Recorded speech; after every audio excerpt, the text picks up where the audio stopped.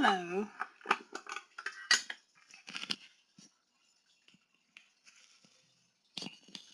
I don't know what the hell that was about, but anyways, I'm going to read this card real quick.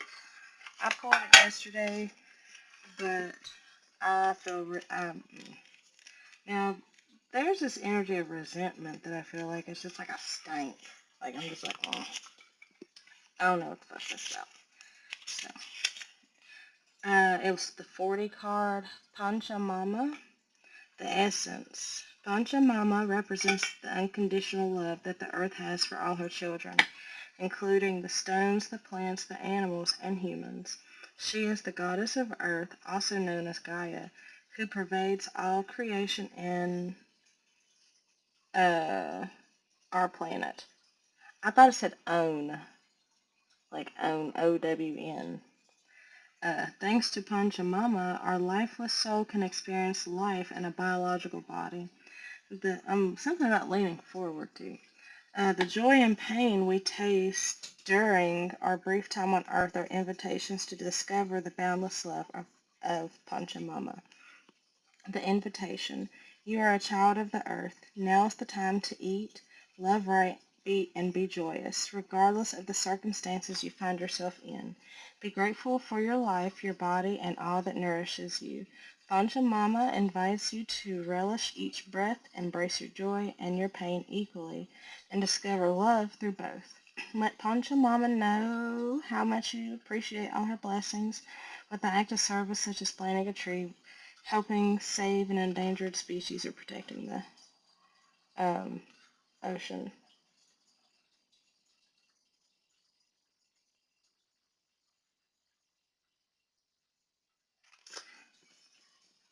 Okay. Um, so yeah. So something about remembering you are a wild woman in this creation that Panchamama has given us. The council. This is the Pocket Shaman Oracle. I don't know why that is significant, so maybe I'm talking to a fellow shaman. I don't typically like to identify myself and be like, oh, I'm some mystic, I'm some shaman. Like, yeah, put it in my bio, but but to be like, yeah, I can tap into energy. Listen, this shit was crazy. I remember when I was homeless on my pilgrimage. I remember being drawn to certain parts of people's body and being able to tell the trauma that resided within them. And I remember being like, what the fuck? Because, I wasn't well versed in my gifts at that point at all. And so, I thought I was tripping. I thought I was projecting. I was like, nah, fam, I'm sorry, 323, this is my bad. I thought this is just the wind, but obviously it really wasn't, because, the more I got to know the people and the more they started to open up about themselves, eagle, the higher the perspective I literally got on them and could see literally that I was seeing their trauma in lifetime, and it was cool as fuck. Cause hell yeah, 345. Um, so here's for all the shamans, and finally accepting that you're a shaman, an energy worker, or whatever the fuck you identify yourself as. The seer. You are a seer, that's for sure. And you have the wolf. you are. You have the wolf spirit, and all there's okay. You either work with nature or, okay, are a part of nature in more ways than you think. There's this interweaving, interlocking connection between you and nature. Something about having a different perspective. You need to see beyond, see through the veil and recognize what's in you. And we got the beloved here, right? But that's giving me this is the universe letting you know that you are their beloved. And that The more you trust in your abilities, the more that they are able to entrust you with, if that makes sense. But regardless, you are their beloved. Something about the number 5. Okay, y'all saw that. Something about the number 5. It wasn't a fly because I literally didn't.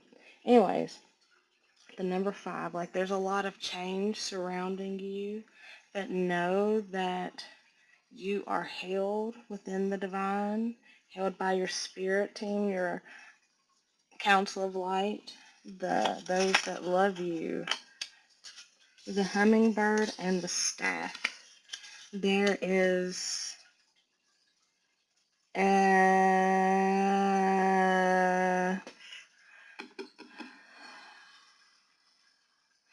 is an upcoming an initiation, if you will, that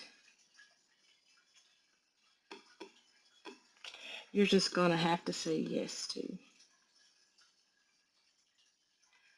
You are being entrusted with this gift from the divine, and right now is one of them times where you're just going to have to trust in the divine, because this gift is powerful and precious.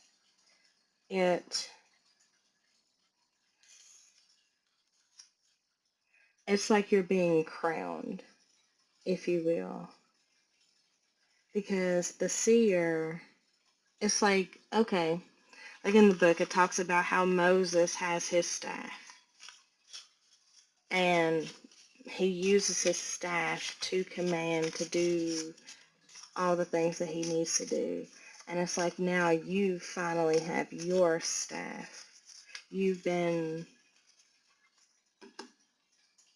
knighted. Something about having the hummingbird spirit as well.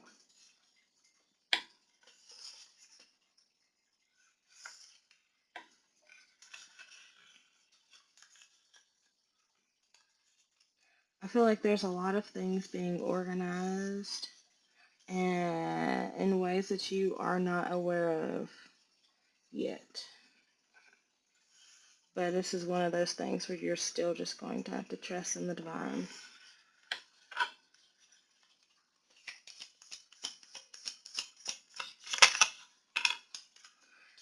There are many paths ahead of you that may call to you, but don't stray. You'll know which one is right for you by the way your heart moves, if you will.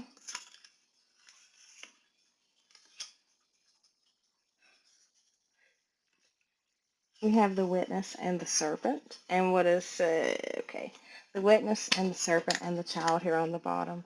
And what's so significant about the witness and the serpent is 46 and the witness is 64. So 4664. Also 1010. 1010. 1010 still. Uh, anyways, we're 434. It's like a partnership building. The building of a partnership has come to completion. Outside of this, you have, like, your partnership with your angels and ancestors has now moved from one level to the next. You have, like, you're now the witness, if you will. And the witness, honestly, is the last card in the deck. And it's like you have moved, like you're now just the observer of all. You don't have to do nothing. You just observe the comings and the goings of the universe. That's why you're not technically supposed to choose a path, because all paths will lead you to where you're supposed to go. You're just supposed to observe. Stay in your seer. But you've been elevated. There's this new innocence about you.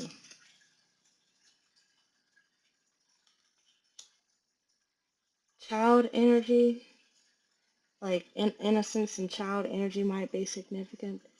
Jaguar energy. and taming the mind.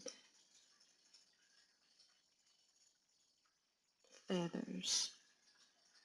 10:05. October 5th is significant. Okay. I'll holler at you guys later.